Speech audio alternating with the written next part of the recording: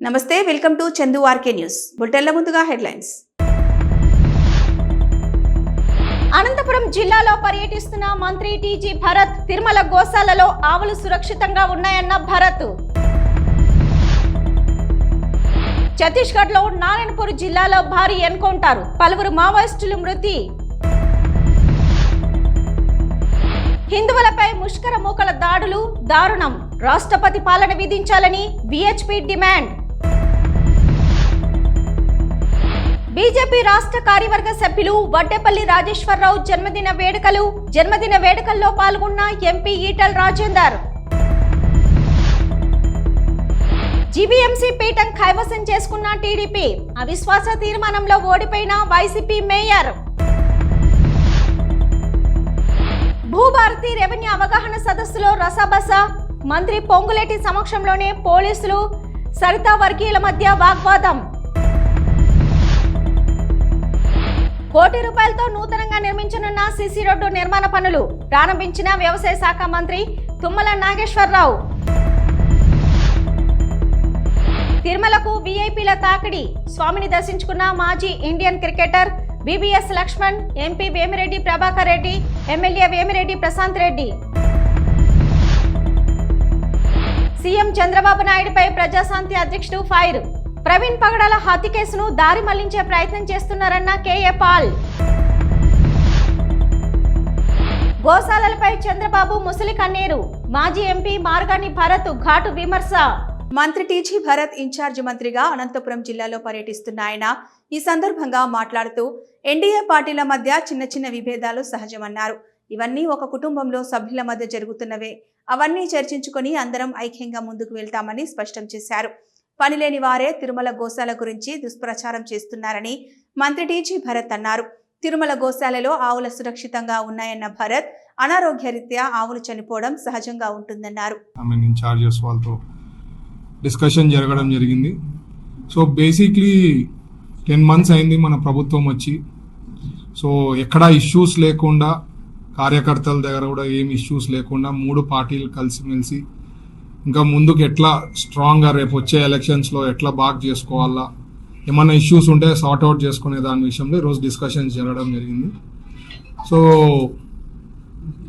జనరల్గా ఒక కుటుంబంలో 4-6 మంది ఉన్నప్పుడు కూడా చిన్న చిన్న ఉంటాయి. అది పెద్ద ఇష్యూస్ కాకుండా ఎప్పటికప్పుడు మాట్లాడుకొని మనం సాల్వ్ చేసుకుంటే ఎప్పటికి ఏం ఇష్యూస్ లేకుండా ఉండేదానికే ముఖ్య ఉద్దేశంతో ఈరోజు మీటింగ్ పెట్టడం జరిగింది. సో సమస్యలు ఎమ్మెల్యేస్ దగ్గర కొన్ని ఇష్యూస్, లేకపోతే ఎన్డీఏ పార్ట్నర్స్ దగ్గర ఉండే ఇష్యూస్ వాళ్ళతో మాట్లాడుకొని అన్ని సాల్వ్ చేసుకోగలిగినాము. కలెక్టర్ గారితో కొన్ని ఇష్యూస్ మాట్లాడేది ఉంది, ఎస్పీ గారితో కొన్ని ఇష్యూస్ మాట్లాడేది ఉంది. నాకు ఏదైతే దృష్టికి తెచ్చారో అవన్నీ కూడా మాట్లాడి సాల్వ్ చేసుకునే విధానంలో పోతున్నాము. ఛత్తీస్గఢ్లోని నారాయణపూర్ జిల్లాలో భారీ ఎన్కౌంటర్ జరిగింది. ఈ భీకర ఎన్కౌంటర్లో పలువురు మావోయిస్టులు మృతి చెందారని సమాచారం. కసోద్ కుమురాడి అడవిలో ఎన్కౌంటర్ కొనసాగుతుంది. సంఘటనా స్థలం నుంచి ఆయుధాలు, మందుగుండు సామాగ్రిని స్వాధీనం చేసుకున్నారు.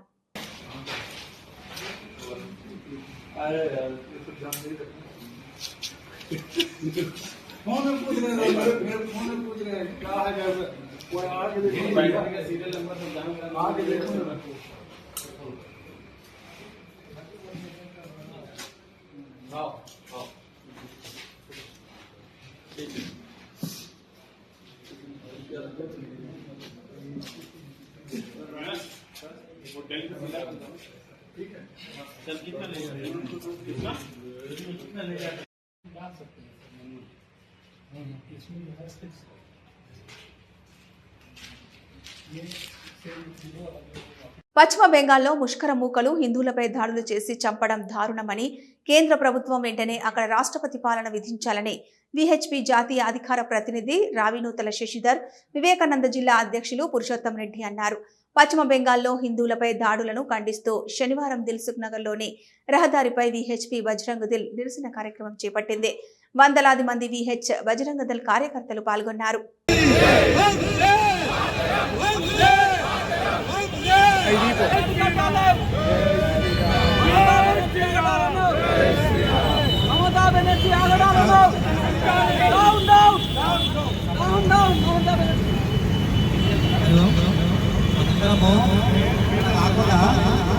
బస్సులలో ఇటువైపు కొందరం అటువైపు ఉంటాము. రోడ్డుకి ఇరువైపులా మనము ఒక నిరసన స్లోగన్స్ కానీ హిందువులు ఐక్యంగా ఉండాలని, హిందువులు సంఘటన కావాలని, ఇదే ప్రేమిస్తూ ఉండాలా.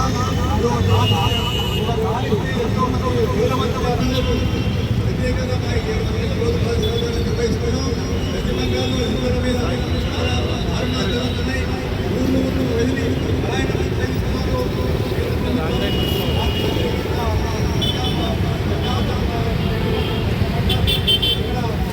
బీజేపీ రాష్ట్ర కార్యవర్గ సభ్యులు వడ్డేపల్లి రాజేశ్వరరావు జన్మదిన వేడుకలు కుకట్పల్లి వివేకానంద నగర్లోని ఆయన నివాసం వద్ద ఘనంగా జరిగాయి. మల్కాజ్గిరి ఎంపీ ఈటల రాజేందర్ పాల్గొని కేక్ కట్ చేసి వడ్డేపల్లి జన్మదిన శుభాకాంక్షలు తెలిపారు. అనంతరం మహిళలకు కుట్టు మిషన్లు, పేద మహిళలకు దుప్పట్లు పంపిణీ చేశారు. కుకట్పల్లి ప్రాంతంలో నిత్యం ప్రజా సమస్యలు వెలికితీస్తూ ప్రజల కోసం పనిచేస్తున్న స్థానిక జర్నలిస్టుల సంక్షేమానికి ₹1 సహాయాన్ని అందజేశారు. ఈ సందర్భంగా ఈటల మాట్లాడుతూ కూకట్పల్లి నియోజకవర్గంలో బీజేపీ ఓటు బ్యాంకు బాగా పెరిగిందని, రాబోయే రోజుల్లో ఇక్కడ జెండా ఎగరవేస్తామని ఆశాభావం వ్యక్తం చేశారు. పేద ప్రజలకు అండగా ఉంటూ నిత్యం పేదల కోసం పాటుపడే పార్టీ బీజేపీ అన్నారు. ఈ రోజు ఎంతో మంది పేదలు అనారోగ్యంతో బాధపడుతున్నా వారి కోసం వడ్డేపల్లి రాజు జన్మదినం సందర్భంగా రక్తదాన శిబిరాన్ని ఏర్పాటు చేయడం గర్వించదగ్గ విషయమన్నారు. భారతీయ జనతా పార్టీ నాయకులు వడ్డేపల్లి రాజేశ్వరరావు గారు అలియాస్ రాజు 49వ జన్మదినాన్ని పురస్కరించుకొని కొన్ని వందల మంది పార్టీ కార్యకర్తలు, నాయకులు సికిల్ సెల్ ప్రాబ్లంతో బాధపడేవాళ్ళు, అనీమియాతో బాధపడేవాళ్ళు, అనేక రకాల రక్త అవసరాలు ఉన్నటువంటి వాళ్ళకి రక్తదాన శిబిరాలను ఏర్పాటు చేసి వాళ్ళ కొన్ని వందల యూనిట్లు ఇవాళ ప్రారంభించడం జరుగుతూ ఉంది. వాళ్ళందరికీ కూడా ధన్యవాదాలు. అదేవిధంగా పేదలకి, మున్సిపాలిటీలో పనిచేసేటువంటి సఫాయి కర్మచారులకి బట్టల పంపిణీ కార్యక్రమం కావచ్చు, కుట్టు శిక్షణ పొంది పేదరికంలో ఉన్నటువంటి వాళ్ళకి కుట్టు మిషన్ల పంపిణీ కార్యక్రమం కావచ్చు, మా జర్నలిస్టులకి ఒక మంచి సపోర్ట్ కోసం కొంత నిధిని క్రియేట్ చేయడం కావచ్చు, ఇవన్నీ కూడా ఈరోజు వారి పుట్టినరోజు సందర్భంగా చేస్తామని వారికి అభినందన తెలియజేస్తూ, భారతీయ జనతా పార్టీ కూకట్పల్లి నియోజకవర్గంలో మొన్నటి పార్లమెంట్ ఎన్నికల తర్వాత బ్రహ్మాండమైనటువంటి ఓటు సాధించి రేపటి కాలంలో ఇక్కడ గెలిచే పార్టీ భారతీయ జనతా పార్టీ మాత్రమే అని చెప్పి ఇక్కడ ప్రజానికంలో ఒక స్పష్టమైన భావన ఉంది. ఇక్కడ ప్రజానికంలో ఏ అవసరం ఉన్నా, ఏ ఆపద ఉన్నా, ఏ పని అవసరం ఉన్నా కూడా చేయగలిగేటువంటి నాయకత్వం భారతీయ జనతా పార్టీని మాత్రమే అని చెప్పి భావిస్తామని, వచ్చే కాలంలో జరిగే మున్సిపాలిటీ ఎన్నికలు కావచ్చు, వచ్చే కాలంలో జరిగేటువంటి ఏ ఎన్నికలైనా కూడా భారతీయ జనతా పార్టీ కూకట్పల్లి నియోజకవర్గంలో బ్రహ్మాండమైనటువంటి విజయం సాధిస్తున్న విశ్వాసం ఉంది. గ్రేటర్ విశాఖ మున్సిపల్ కార్పొరేషన్ పీఠం టీడీపీ కైవసమైంది. జీవీఎంసీ మేయర్ హరి వెంకట కుమారిపై ఎన్డీఏ కూటమి ప్రవేశపెట్టిన అవిశ్వాస తీర్మానం నెగ్గింది. 74 మంది కూటమి నేతలు హాజరై అవిశ్వాస తీర్మానానికి అనుకూలంగా ఓటేశారు. దీంతో మేయర్ పీఠం కూటమి కైవసం చేసుకుంది. ఈ సమావేశాన్ని వైసీపీ బహిష్కరించింది.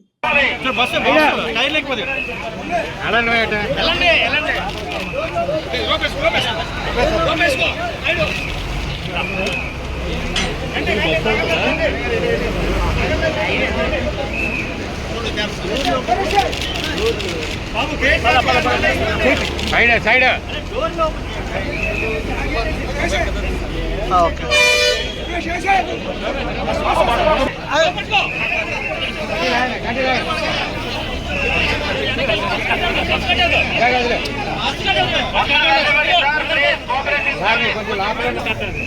అయితే చెయ్యొద్దు.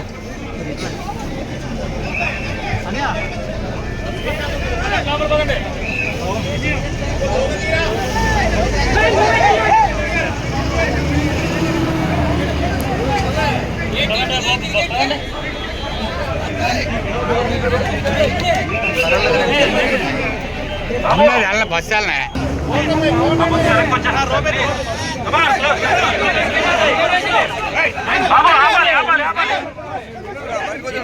బాబు దయచేసి వెనక్కి వెళ్ళిపోండి, రూపావంతకు వెళ్ళిపోండి దయచేసి ప్లీజ్. రూపావంతకు వెళ్ళిపోవాలి. జోగులాంబ గద్వాల జిల్లా దారూర్ మండల కేంద్రంలో నిర్వహించిన భూభారతి రెవెన్యూ అవగాహన సదస్సులో రసాబసాగా మారింది. మాజీ ఎమ్మెల్యే ఏఐసిసి కార్యదర్శి సంపత్, మాజీ జెడ్పీ చైర్మన్ సరితలను స్టేజి మీదకు పిలవలేదనే కిందనే కూర్చున్న నాగర్ కర్నూల్ ఎంపీ మల్లు రవి, మంత్రి పొంగులేటి సమక్షంలోనే పోలీసులు, సరిత వర్గీయుల మధ్య వాగ్వివాదం చోటు చేసుకుంది. ప్రయత్నం చేయాలనేది ముఖ్యం. దయచేసి అర్థం చేసుకొని గౌరవ మంత్రివర్యులన్నీ కానీ గౌరవ ఎంపీ గారు కూడా మన వేదిక పైకి వచ్చి మన వేదిక మీద మన ప్రభుత్వ కార్యక్రమాలు నిర్వహిస్తున్నాం. ప్రభుత్వ కార్యక్రమాల్లో ప్రజలకి మీ సందేశం ఇవ్వాలి. ప్రజలకి సిద్దిపేటలో విద్యార్థులకు భద్రంగా ఉండాలి, భవిష్యత్తులో ఎదగాలి అవగాహన కార్యక్రమంలో మాజీ మంత్రి హరీష్ రావు కంటతడి పెట్టారు. ఓ చిన్నారి మాట్లాడుతూ తన తండ్రి చనిపోయినా తల్లి చదివిస్తుందని కంటతడి పెట్టుకుంది. హరీష్ రావు చిన్నారిని దగ్గరకు పిలిచి ఓదార్చారు. చిన్నారితో పాటు కంటతడి పెట్టుకున్నారు. అందరికీ నమస్కారం. నా పేరు సాత్విక. నేను ఇక్కడికి రావడానికి మా అమ్మే కారణం. మా నాన్న సెకండ్ క్లాస్లో చనిపోయాడు. అప్పటి నుంచి మా మమ్మీ కడుతూ నన్ను మంచిగా చూసుకునేది. కానీ నేను మా మమ్మీని ఊరికే తింటుండేదాన్ని. నేను ఇప్పటి నుంచి మా మమ్మీని మంచిగా చూసుకుంటాను. మా మమ్మీకి మంచి పేరు తీస్తాను. మా మమ్మీ డాడీకి వాల్యూ, వాళ్ళ పేర్లకి వాల్యూ ఇస్తాను. ధన్యవాదాలు. రంగారెడ్డి కొండాపూర్ ఆర్డీఏ కార్యాలయం సమీపంలో హైడ్రా కూల్చివేతలు ప్రారంభమయ్యాయి. హఫీజ్పేట్ సర్వే నంబర్ 79లోని 39 ఎకరాల భూమిపై స్థల వివాదం ఉంది. వసంత హౌస్ పేరుతో నూతన కార్యాలయం నిర్మాణంతో పాటు భారీ షెడ్ల ఏర్పాటు చేశారు. స్థల వివాదంపై హైడ్రాకు ఫిర్యాదు రావడంతో భారీగా పోలీసులు బందోబస్తు మధ్య కార్యాలయం కూల్చివేతలు జరిగాయి. స్థలం చుట్టూ ఉన్న ఫెన్సింగ్ తో పాటు భారీ షెడ్లను జేసీబీలతో తొలగించారు.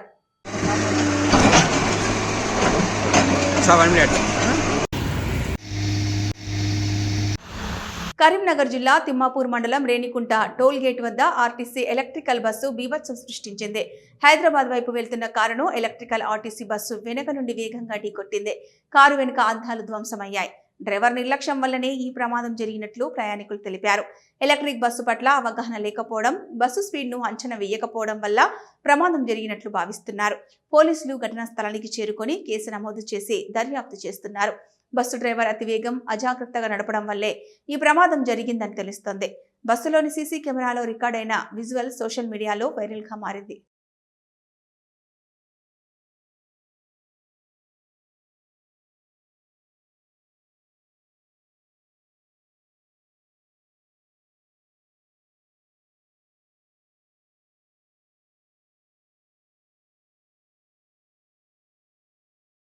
ఖమ్మం మున్సిపల్ కార్పొరేషన్ 16వ డివిజన్ లోటస్ హిల్స్ నందు టీయూఎఫ్ఐడిసి నిధులు 100 లక్షలతో నూతనంగా నిర్మించనున్న సీసీ రోడ్డు నిర్మాణ పనులకు శంకుస్థాపన చేసిన వ్యవసాయ శాఖ మంత్రి తుమ్మల నాగేశ్వరరావు ఖమ్మం నగరాన్ని సుందరంగా తీర్చిదిద్దాలని, క్రమపద్ధతిలో అభివృద్ధి చేయాలని, వివిధ శాఖలు సమన్వయం చేసుకుంటూ ప్లాన్ ప్రకారం అభివృద్ధి జరగాలన్నారు.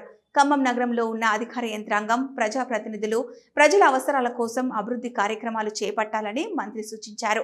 లోటస్ హిల్స్ నందు డిజైన్ వ్యవస్థకు ప్రతిపాదనలు ఇవ్వాలని అధికారులను ఆదేశించారు. నది, కాల్వలపై అక్రమ నిర్మాణాలు, రోడ్డుపై ఏ రకమైన మత ప్రార్థన మందిరాలు ఉండవద్దని, అట్టి వాటిని ప్రారంభంలోనే అడ్డుకోవాలన్నారు. క్రమ పద్ధతిలో అభివృద్ధి చేస్తేనే ప్రజలకు ఉపయోగం ఉంటుందన్నారు. ఆక్రమణలో ఎక్కడైనా పేదలుంటే వారికి అవసరమైన ఇండ్ల స్థలం, ఇండ్లు, జీవనోపాధికి ప్రభుత్వ పథకాల కింద సహాయం అందించాలన్నారు. గారు కూడా ఖమ్మం ఏంటో అర్థమైంది. పోయిన వరదల్లో వచ్చారు ఆయన. అప్పుడు కొత్త అయినా కూడా కష్టపడి పనిచేశారు. ఖమ్మానికి ఎక్కడ ఏం చేస్తే ప్రజలకు ఇబ్బంది లేకుండా ఉంటుందో ఆయనకి అవగాహన అయింది.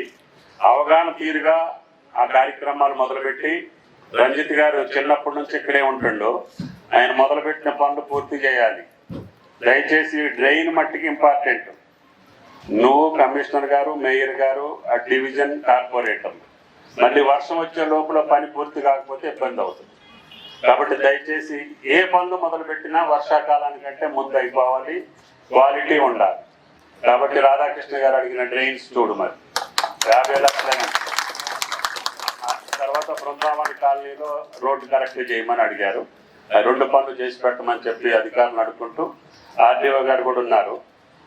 ఇర్రెగ్యులర్ గా నది అమ్మటో, లేకపోతే రోడ్డు అమ్మటో, కాలం అమ్మటో, ఇళ్ళు కడతా ఉంటే ముందే నిరోధించాలి, ఈ రెవెన్యూ కానీ మున్సిపాలిటీ వాడు కానీ. వాడు కట్టిన తర్వాత కూలగొట్టడం కాదు. అది ఎక్కడైనా సరే మీరు ముందే అక్కడ గుడి పెట్టి ఒక రాయి పెట్టి పూజ చేసి అక్కడ గుడి కడతారు రోడ్డు మీద, మనం చూస్తూనే ఉంటాం. కానీ అది ప్రజలకు ఇబ్బంది అవుతుంది. ఎవరిలో గుడిసెలు వేస్తారు, ఎవరిలో ఇల్లు కడతారు, మళ్ళీ రేపు వరద వచ్చినప్పుడు ఆ మునీరులో ఉన్న వాళ్ళందరూ మునిగిపోతారు. ముందు కట్టగీయటం ఎందుకు, ముంచడం ఎందుకు, మళ్ళీ ఆ ఇబ్బంది పెట్టడం ఎందుకు? కాబట్టి రెవెన్యూ కొంచెం ఎఫెక్టివ్గా ఉండాలి. కమిషనర్ గారు ప్రతిరోజు ఏదో ఒక డివిజను మీరు పరిశీలించి అధికారుల మీద కొద్దిగా ఒత్తిడి తీసుకొచ్చి, మనకి టైం తక్కువ ఉంది, వర్కింగ్ సెషన్ తక్కువ ఉంది, మీరు మొదలుపెట్టిన పనులన్నీ పూర్తి చేస్తే మళ్ళీ మీరు కావాల్సిన డబ్బులు తెచ్చే బాధ్యత నాది. కాబట్టి దయచేసి కాలనీ వాసులందరికీ మీ అందరికీ ధన్యవాదాలు తెలియజేస్తా. నమస్కారం. Thank you. తిరుమల శ్రీనివాసుని పలువురు వీఐపీలు దర్శించుకున్నారు. Finance commission chairperson Arvind Panagariya, MP Vemireddy Prabhakar Reddy, MLA Vemireddy Prashanti Reddy, మాజీ ఇండియన్ క్రికెటర్ వివిఎస్ లక్ష్మణ్ తదితరులు అభిషేక సేవలో పాల్గొని శ్రీవారిని దర్శించుకున్నారు.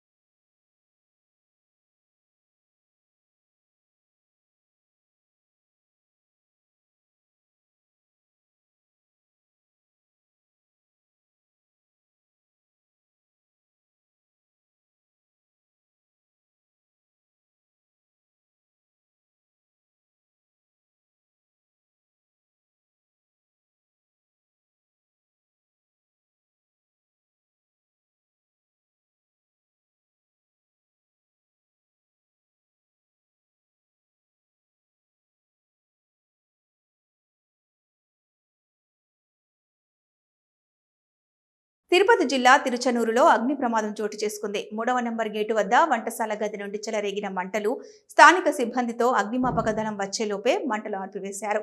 ప్రమాద స్థలానికి Tirupati rural DSP B Prasad చేరుకొని పరిశీలించారు. దేవస్థానం మాది అని కొంతమంది DSP sir, SI. CM Chandrababu నాయుడుపై ప్రజాశాంతి అధ్యక్షుడు కేఏ పాల్ తీవ్ర విమర్శలు చేశారు. ప్రవీణ్ పగడాల హత్య కేసును దారి మళ్లించేందుకు ఏపీలో పాస్టర్లకు 5,000 జీతం ఇస్తున్నారని ఆరోపించారు. 8,000 మందికి జీతం ఇస్తే మిగతా 80,000 మంది పాస్టర్ల పరిస్థితి ఏంటని ప్రశ్నించారు. ఇది దృష్టి మళ్లింపు వ్యూహమని, అవినీతి పార్టీలను వీడి ప్రజాశాంతి పార్టీలో చేరాలని పిలుపునిచ్చారు. ఆంధ్రప్రదేశ్ ముఖ్యమంత్రి Chandrababu Naidu good Friday good news 8,000 మంది పాస్టర్లకు నెలకు 5,000 రూపాయలు ఇస్తున్నామని ఇప్పుడు ఇవ్వడం ఏంటి అంటే ప్రవీణ్ పగడాలది హత్య అని కోట్ల మంది క్రైస్తవులు, ముస్లింలు, హిందువులు బయటకు వస్తే నోరు మూయించడానిక పాస్టర్ల ద్వారా? మీరు హిందువుని క్రైస్తవులు చేసేస్తున్నారని రెచ్చగొట్టే మాటలు చంద్రబాబు నాయుడు గారు ఇచ్చారు కదా, ఆ తర్వాతే కదా పవన్ కళ్యాణ్ స్టార్ట్ చేశాడు. ఇప్పుడు 8,000 మంది క్రైస్తవ పాస్టర్లకి 5,000 ఇస్తే మరి 80,000 మంది పాస్టర్ల సంగతి ఏంటి? 1,000 మంది ములనాల సంగతి ఏంటి? 1,000 మంది హిందూ ప్రీస్టుల సంగతి ఏంటి? అందరికీ ఆర్టికల్ 14 ప్రకారం న్యాయం చేయాలి కదా.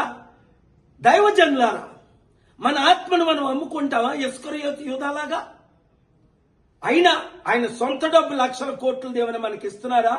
₹1,00,000 లేని చంద్రబాబు ఈ రోజు లక్షల కోట్లు ఆస్తిపరుడు ఎలా అయ్యాడని అందరూ ప్రశ్నిస్తున్నారు. రండి కలిసి పోరాడదాం, మనం అమ్ముడు పోవద్దు, మన పార్టీని మనం గెలిపించుకుందాం. 7569441275 ఈ కుటుంబ కుల అవినీతి పార్టీలకి గుడ్ బై చెప్దాం, మనల్ని మనం కాపాడుకుందాం. ఈ వీడియో అందరికీ షేర్ చేయండి. విజయనగరం డెంకాడ మండలం తహసీల్దార్ కార్యాలయంలో ఏసీబీ అధికారులు సోదాలు జరిపారు. అక్కడి వీఆర్ఓ లంచం తీసుకుంటూ ఏసీబీకి చిక్కాడు. బొడ్డవలస పంచాయతీ వీఆర్ఓ శ్రీనివాసరావు లంచం తీసుకుంటుండగా ఏసీబీకి అధికారులకు చిక్కారు. బొడ్డవలస గ్రామానికి చెందిన ఓ రైతు వద్ద నుంచి డబ్బులు డిమాండ్ చేయడంతో ఏసీబీ అధికారులను రైతు ఆశ్రయించాడు. రైతు ఫిర్యాదు మేరకు తహసీల్దార్ కార్యాలయంపై దాడులు చేయగా నగదు తీసుకుంటుండగా ఏసీబీకి చిక్కాడు.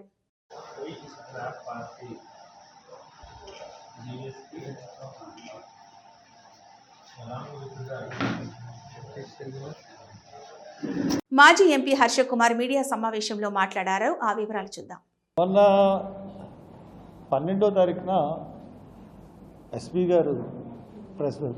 ఐజీ గారు ప్రెస్ మీట్ పెట్టి ప్రవీణ్ పగడాల కేసు యాక్సిడెంట్